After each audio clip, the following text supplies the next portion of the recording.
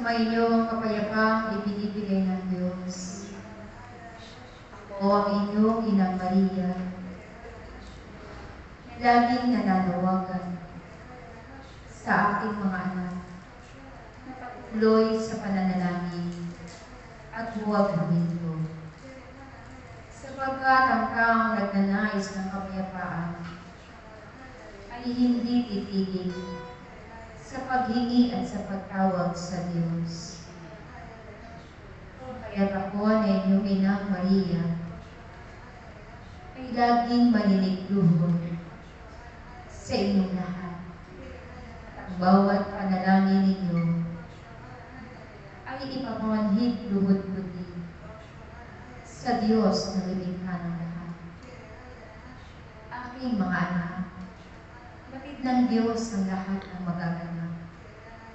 Kung kaya't kayo ay pinagkatagubilinan, naway hindi sa piting ng bawat bansa ang mga kahirapan, ang mga kaguluhan na patuloy na nagaganap.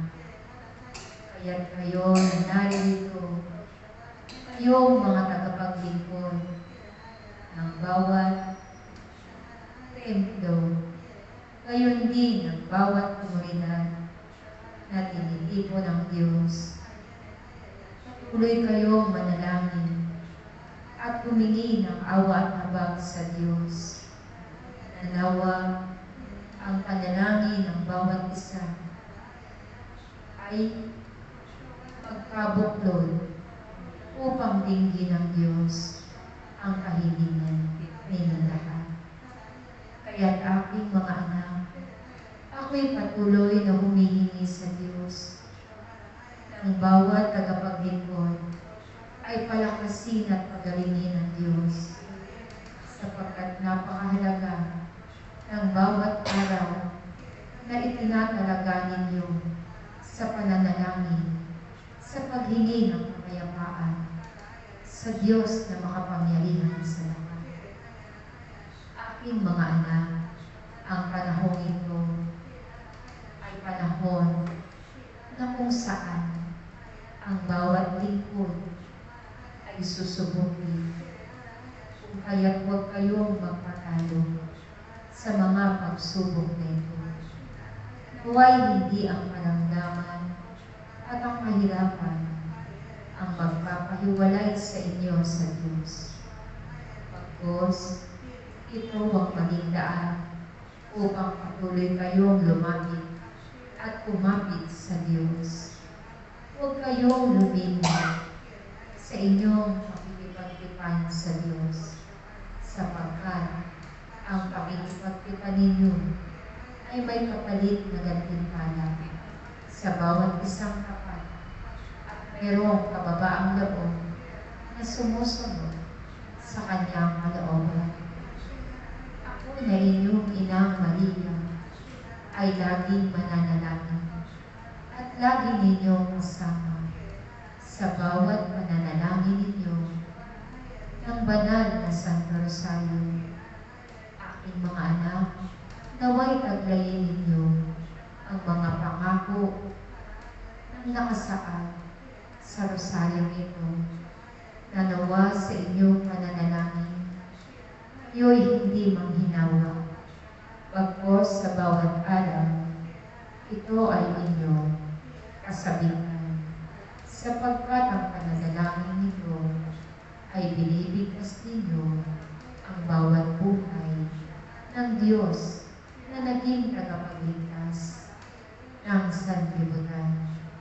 At kayo ay naririto bilang kabilang sa pananalangin para sa mundong ito. Itinalaga kayo ng Diyos sa gawain ito, sapagkat batid ng Diyos ang inyong mga puso, ang kalooban ng bawat isa sa inyo. Batid ng Diyos na kayo'y mayroong mga pinagdadaanan sa inyong mga pamilya, kung kaya kayo ay huwag mag-alala, sapagkat bago pa man maganap ang mga iyan, ang Diyos ay mayroon nang nakatakdang tulong para sa inyong lahat. Kaya't aking mga anak, ang pag-aalay ninyo ng pananalangin ay lubhang napakahalaga. Ito ay inyong panatilihin, sapagkat napakaraming tao ang nangangailangan ng panalangin ito. Sa pananalangin ninyo ng sama-sama, maraming gigisingin ang natulog na pananampalataya. Sa pananalangin nito, maraming kakatuping puso na malaon ang nagsala sa panawagan ng Diyos. Kaya't nawa kayo ay magkaisa, panatilihin ninyong malinis ang inyong puso upang manatili sa inyo ang Espiritu ng Diyos. Mahal na mahal ko kayong lahat, aking mga anak, kung kaya't ipinagkatagubilin ko ito sa inyo, na kayo'y magkaisang manalangin upang kayo ay hindi mapahamak. Bagkos amuhin ninyo ang pagliligtas ng Diyos sa araw-araw. Ang mundong ito ay lubhang magulo, kung kaya't ang sinumang nananalangin at tumatawag sa Diyos, kailanman kayo'y makatatanggap ng kapayapaan na nagmumula sa Diyos na makapangyarihan sa lahat. Ako na inyong Inang Maria ng Fatima ay nananawagan sa inyong lahat. Manalangin kayo ng buong kababaang loob. Manalangin kayo ng buong pagkakaisa. Manalangin kayo ng mayroong kalinisan ng inyong puso, upang nang sa ganon, samahan kayo ng Diyos sa araw-araw. Manahan sa inyo ang Espiritu na nanahan sa akin. Maraming salamat sa inyo.